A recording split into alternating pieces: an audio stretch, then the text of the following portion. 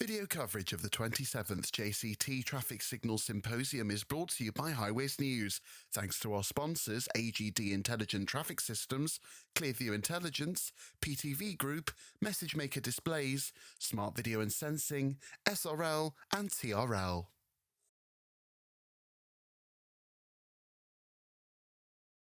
Guys, thank you all for staying on to the last presentation of the day. I appreciate it's been a very long day, so I'm very grateful and very thankful. However, I do recognise that we're heading towards the witching hour of 5 o'clock. And as we all know, especially at JCT, it's always 5 o'clock somewhere. And as such, I fear that unless if I delay you guys too much longer, that my moment in the spotlight will be much less like the 15 minutes of fame as prophesied by Andy Warhol, and much more akin to the words of Kenneth Williams. Infamy, infamy, they've all got it in for me. Before I go into the presentation, I'm just going to ask you three very quick questions, which are rhetorical, so there's no need to jump and put your hands up. And of course, I do have the answers. So the first thing would be is how good would it be to have an understanding of every junction on your network and every corridor 24 hours a day, 7 days a week, 365 days a year. Of course, that would be fantastic. And how great would that be is if you didn't have to install another piece of equipment that you had to install, maintain, license, etc. Fabulous, of course. And how great would it be to deploy a system that you don't have to, that will improve your traffic flow and hence improve your carbon emissions. And of course, it would be safer for your road workers and the travelling public. And of course, be a magnitude of cheaper, and you'll be able to do much more for your money, over 10 times more, than existing methodologies. And of course, the answer is, where do I sign? So leveraging high fidelity GPS trajectory data to understand signal performance network-wide. Before I do that, I'll quickly introduce INRIX, which I think some of you will already know for different reasons. We already supply a significant amount of data to DFT, National Highways, Traffic Wales, Transport Scotland, and the like around the different UK. But I guess most people will know us for lots of other reasons. We already collect multiple billions of points of data points and GPS data, and then use that in lots of different ways for data as a service, software as a service, and indeed to multiple customers. I guess most people will know us predominantly, I guess, for all the traffic alerts that exist on all the media channels. And my colleague Peter, if you want to, out there on stand, will help you talk a little bit about that. But some of our major customers are out there, such as all the BBC, all the AA, the RAC, all the things that you hear on all the radio channels and all the media channels. That's all INRIX data and all the information that we're providing out of our operations centre. So everything you hear. And of course, we do a lot with that data. We provide journey times, origin destinations, incidents, congestion, bottlenecks, and every information that you can do and use with it. But of course, with respect to you guys, intelligent mobility starts, of course, at the traffic signal junction. And of course, congestion and pollution and safety are key to what your role is. And about who's being able to provide that data in many different ways helps you alleviate some of the factors that impact on you day to day. And of course, your customers, which of course is the travelling public, and of course the people that you work for, and the councillors and people that pay the money and have the budgets and things. And there are lots of ways that we can do around signal retiming projects and everything that you can do. And of course, with current methodologies, about measuring traffic signal improvement performance, you can do in lots of different ways. We've all seen the guys and girls stood on motorway bridges at junctions in their high-vis jackets, doing their counts on their clipboards. We've all seen the indicative loops or the radars or the microwaves and radars, and all through ANPR or Bluetooth. There are lots of different ways that you can do with that. But of course, there are great benefits of doing those things. And of course, you are able to reduce congestion, and you have reduced fuel consumption, as I said, and of course, improve air quality. But of course, the beauty, the limitations also exist. And of course, it's very expensive to set up, as you know. And of course, it's costly to do that system-wide. It's very hard to do more than one junction at a time. And of course, it's very labour-intensive. And not to mention then the impact that you can only do it for a short period of time.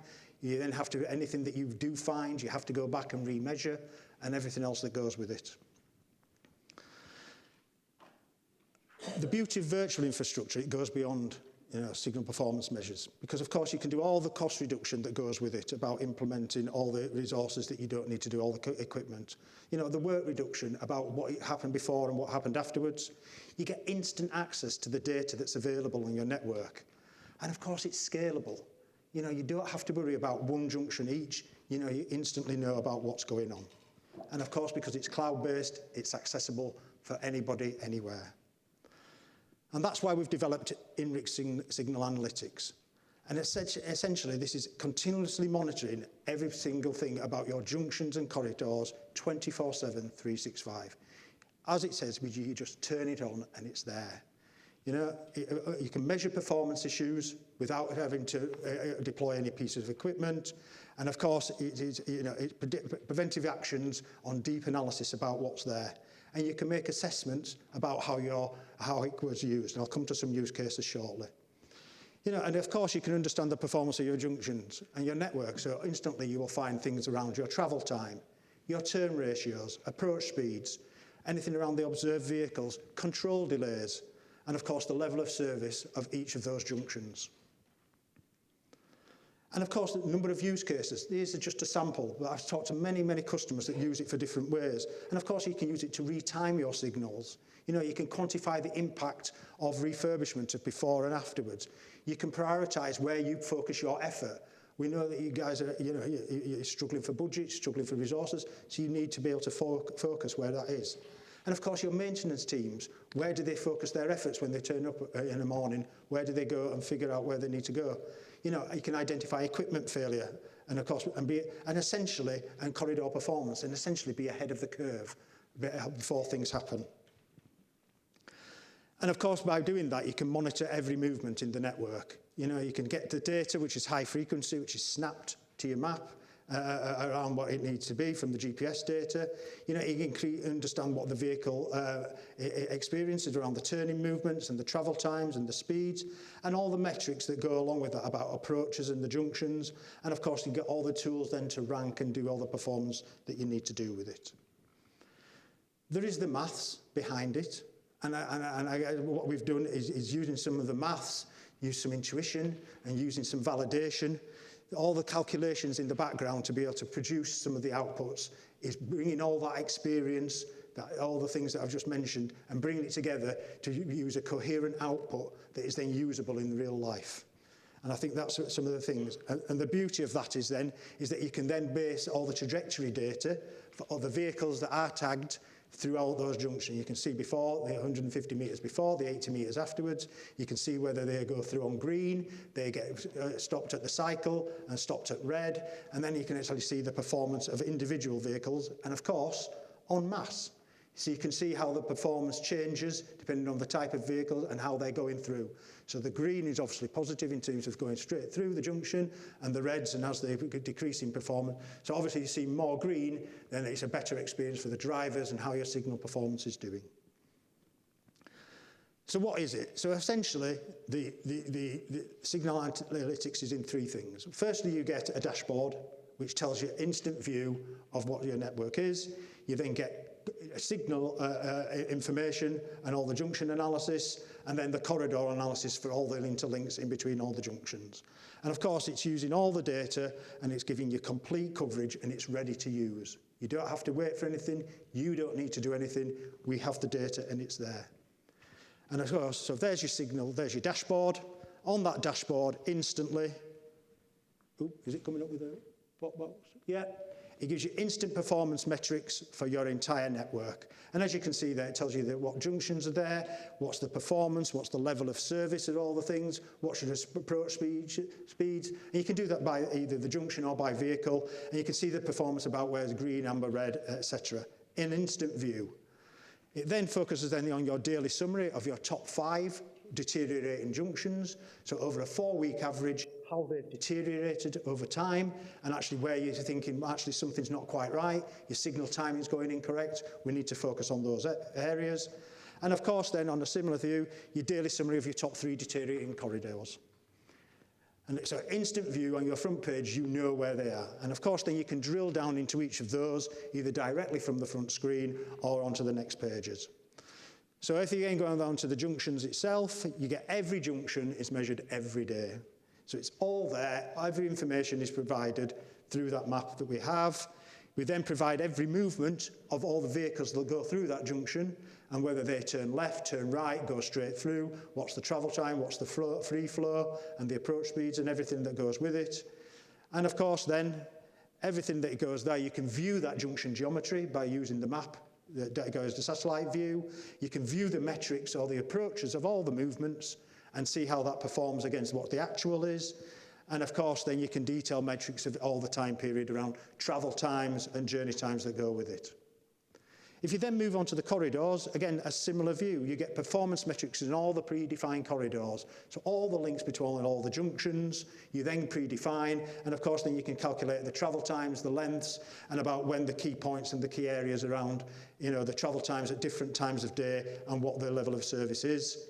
And again, travel times, and as I said, the reliability matrix for that corridor, you've got an instant view about what's happening along it. Final slide there is one that I just threw in at the end, is a real life view of one down in Portsmouth. And as you can see, if you look on the right-hand side, you can see there's 2 peaks when travel time is extended in the morning and afternoon rush hour, and it gives you a real-life example about what could happen. Now, all the above, of course, is better done by a demonstration, which, of course, we can do for any of you. But I think the key thing is this is cost effective, it's infrastructure, and it's virtual, it adds to what you've already got without adding any extra, physical hardware or equipment. It gives you immediate visibility of the junctions and corridors, without having to think and wait for a day, a week, a month to get that information. It's intuitive, it's powerful, it's got the maths, the science, the intuition, the real time behind it to give you those answers. And of course, you can improve your free flow, your mobility, your safety, and also key for you guys, reducing your emissions and your carbon emissions that go with it. As I've said, my stand's just out there. Come and talk to me, come and talk to Dominic, come and talk to my colleague Peter. Come and see us our stand, come and see a demonstration. I'm happy to show you that, or indeed go online and you can have a little play there if you need to do. Thank you.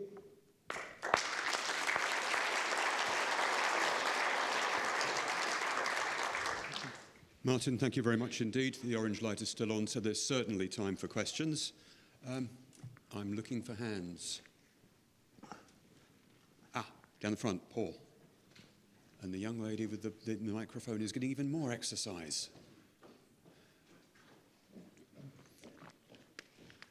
Thanks very much. I mentioned this morning, speaking, because I was really interested to hear about this, how you sort of calibrate and believe the data. So have you got a sort of comparison with fixed infrastructure or something like that so that people can see, look, this is what the INRIX data is finding from floating vehicle data, and we can trust it because you can see it based on loops or radar or something else. You can see the two next to each other.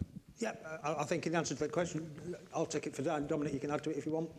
Paul, thank you very much for the question. Obviously, INRIX has been providing journey times for an awfully long time, and principally this product is leveraging those journey times which have been qualified over many different systems, loops, Bluetooth, AMPR, you name it, it's been tested against it, and to so much of an extent that journey time now via floating car data is becoming more of a commodity than it ever was as it's becoming more and more trusted. So yes, it has been. Thank you. Any more questions? It looks like I get to exercise chair's prerogative again. And this is a question for you two, but also perhaps for Andy and for Viva City and for others today. We keep talking about improving the performance of the network, but do we actually know where the top is? Are we pushing up and up and up? And how close are we getting to the limit of what the network can do? Because it strikes me it would be fruitless to try and push further than the network can manage. Is that something that's been considered? And I'm going to ask you guys first because you're up here, but if Andy fancies having a go at that one afterwards, then please do. I'm going to answer a question with a question, saying it very much depends on what the policy is that you might have in terms of how you would manage that particular network, in terms of the controls that you put in associated with it. This is about understanding the performance of it and is it performing in line with your policy. But from that performance, you can track how much better the network is doing and maybe how much further you establish a baseline and you can track against that baseline. Thank you. Andy, did you want to say anything about? Okay, fine, thank you. Sorry for putting you on the spot. Well, if there aren't any more questions, I would like us all to recognise the work that's gone into the 3 presentations we've seen in this session. Please can we thank Martin and Dominic and the other speakers for their work. Thank you.